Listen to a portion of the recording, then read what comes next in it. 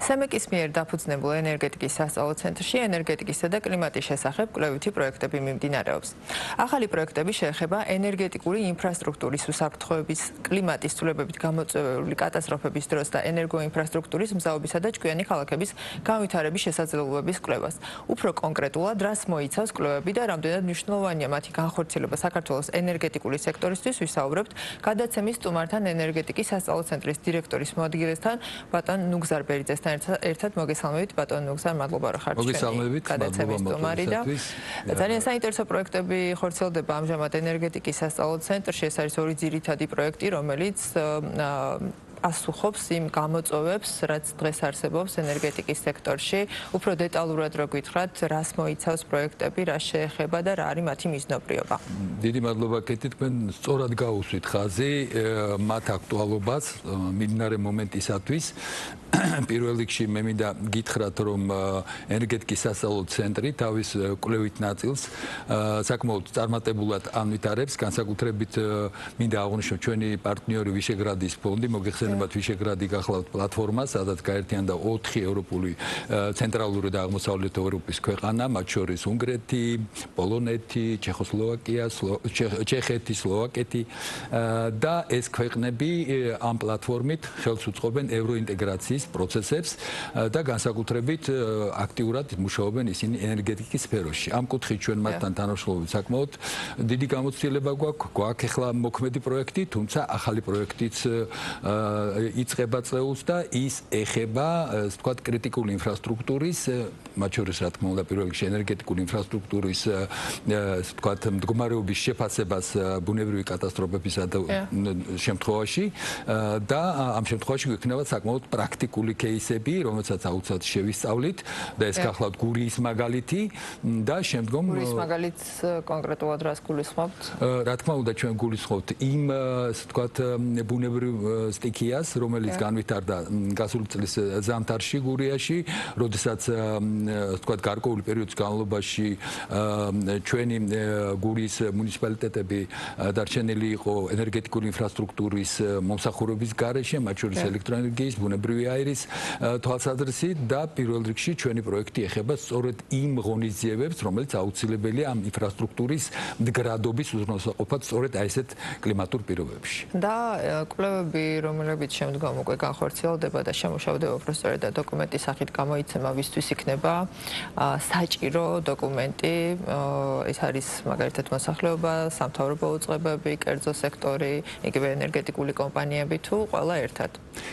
რა თქმა უნდა, ამ შემთხვევაში არიან კონკრეტული სამიზნე, ასე ვთქვათ, აუდიტორია, პირველ რიგში ეს არის რა თქმა უნდა ენერგეტიკული კომპანიები, ისინი რომლებიც ახორციელებენ უშუალოდ, ასე ვთქვათ, მომსახურებას ამ სფეროებში და ასევე იქნება ადგილობრივი თვითმმართველობის ორგანოები, მათ შორის სოფლის გამგებლები, მათ შორის მუნიციპალიტეტის თანამშრომლები, რომელსაც უშუალოდ ეხება ამ პერიოდში, ასე ვთქვათ, კონკრეტულად რეაგირება ამ საკითხებზე და მე მინდა ხაზი გაუსვა იმას, რომ ამ შემთხვევაში ვიშეგრადის ქვეყნები პირველ რიგში გაგვიზიარებენ თავიანთ, ასე ვთქვათ, გამოცდილებას ამასთან დაკავშირებით, არსებობს кейსები და აქედან გამომდინარე ამას ჩვენ დავახვედრებთ უკვე ადგილობრივად ჩატარებულ კვლევებს, სწორედ აი ამ აუდიტორიასთან ჩატარებულ კვლევებს და საბოლოო ჯამში ეს ყველაფერი მიიღებს რეკომენდაციების სახეს, რომელიც მიეცემა როგორც, ასე ვთქვათ, ინფრასტრუქტურულ კომპანიებს, ასევე ადგილობრივ მმართველობის ორგანოებს. ბატონ ნუგზარ, ძალიან საინტერესოა,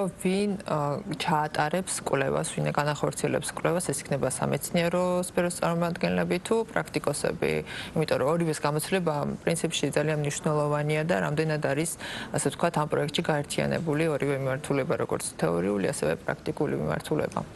რა თქმა უნდა, მეთოდოლოგიურ ნაწილში ჩართულია, რა თქმა უნდა, ჩვენი, ასე ვთქვათ, კვლევითი ძალები, ამ შემთხვევაში შემუშავებულია მეთოდოლოგიები, ასევე შემუშავებულია კითხვარები, რომლებიც აუცილებლად დაიგზავნებან, ასევე იქნება ჩაღრმავებული კვლევა, სადაც სფეროს ათობით ექსპერტი იქნება გამოკითხული აღნიშნულ საკითხებთან დაკავშირებით და პლუს ჩართული არიან ჩვენი უცხოელი შემოსავლელი კოლეგები, მათ შორის საკმაოდ ავტორიტეტული სამეცნიერო ცენტრებიდან და მათ შორის ერთ-ერთი გახლავთ რეკი, ეს გახლავთ რეგიონალური კვლევითი ცენტრი, რომელიც ოფისი განლაგებულია გახლავთ ბუდაპეშტში და ის ძალიან გამოცდილი ორგანიზაცია, რომელიც სწორედ აი ამ რეგულირების ნაწილში, ასე ვთქვათ, იძლევა მეთოდოლოგიურ წანამძღვრებსა და მეთოდოლოგიურ რეკომენდაციებს სწორედ აი ამ მიმართულების განვითარებისათვის. გასაგებია. და ბატონო გზა, აუცილებლად მინდა გითხოთ იმ პროექტების შესახებ, რომელიც დღემდე განხორციელდა ცენტრში და ეს იყო კვლევითი პროექტები, რომელიც ასევე შეეხებოდა როგორც ინფრასტრუქტურულ მიმართულებებს, ასევე სხვადასხვა თემებს. რა შედეგები მოგცათ ამ კვლევებმა? რამდენად გამოყენებადი იყო ის რეკომენდაციები, რომელიც პროექტების ფარგლებში შეიმუშავეთ? პრინციპში ჩვენი პროექტები გახლავთ გამოყენებითი ხასიათის კვლევები, რომლებიც სრულდება როგორც წესი რეკომენდაციებით და ეს რეკომენდაციები არის მიმართული სწორედ იმ ინსტიტუციების მიმართ, რომლებმაც ისინი უნდა განახორციელონ. ეს არის პირველ რიგში მარეგულირებელი კომისია, რომლისთვისაც ჩვენ ჩავატარეთ კვლევა ჯერ კიდევ ესე ვთქვათ ცენტრის ჩამოყალიბების გარეჟრაზე, შეიძლება ასე ითქვას, ებერტის ფონდის დაფინანსებით, სადაც იქნა ჩამოყალიბებული რეკომენდაციები თუ როგორ უნდა განავითაროს ასე ვთქვათ საინფორმაციო სტრატეგია კომისიამ იმისათვის რომ მისი ცნობადობა გაიზარდოს, რომ მოსახლეობისთვის უფრო ხელმისაწვდომი იყოს ეს სერვისები და ასე შემდეგ.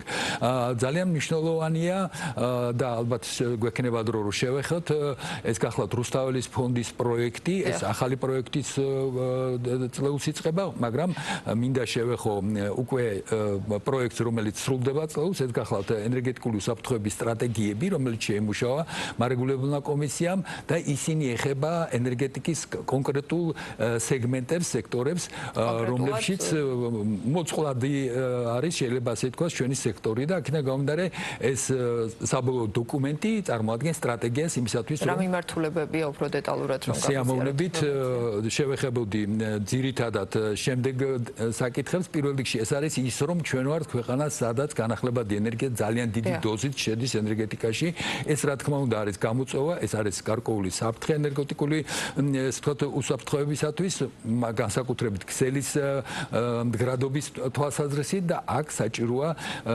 მკაფიო რეკომენდაციები და მკაფიო ნაბიჯები იმისათვის, რომ უზრუნველყოფილი იქნას ქსელის უსაფრთხოება სწორედ აი ამ განახლებადის დიდი დოზით ინტეგრაციის პირობებში.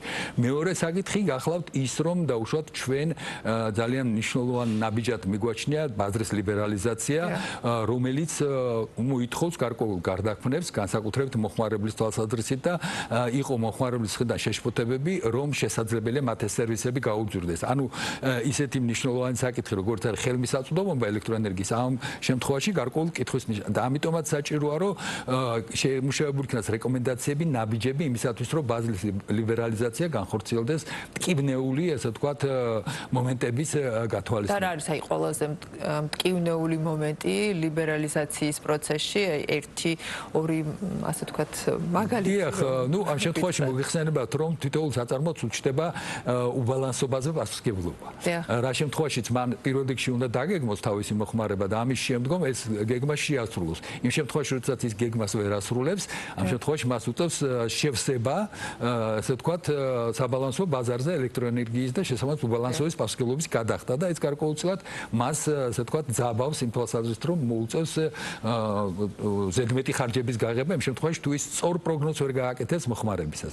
ამიტომაც აქ არის სერვისები, რომელიც უნდა განვითარდეს პირველ რიგში მოხმარების დაპროგნოზების თვალსაზრისით, იმიტომ რომ თუ პროგნოზი არასწორია, სისტემა ძვირდება. საჭიროა სპეციალური სიმძლავრეების ჩართვა, რომლებიც სისტემას დააბალანსებენ იმ შემთხვევაში, როდესაც რომელმა მოხმარებელმა დაარღვია უბალანსობა და ასე შემდეგ. ეს სერიოზული საკითხებია, რომელზეც ნამუშევარი ბევრია, თუმცა ამ შემთხვევაში ალბათ მოხმარებელთან მეტი კომუნიკაცია იქნება საჭირო ამ თვალსაზრისით. და საინტერესო თუ იქნება ხელმისაწვდომი კვლევები დოკუმენტის სახით დაინტერესებული პირებისათვის. უეჭველად ეს რა თქმა უნდა სწორედ ამისთვის კეთდება, რომ დაინტერესებულ მხარეებს მიეწოდოთ ეს ინფორმაცია. ეხლა საკითხი მზადდება უკვე გამოცემისათვის, უკვე გამზადებულია დოკუმენტი და მაშინ მოხდება მისი პრეზენტირება და შემდგომ ასე ვთქვათ მიწოდება დაინტერესებულ მხარეებისთვის.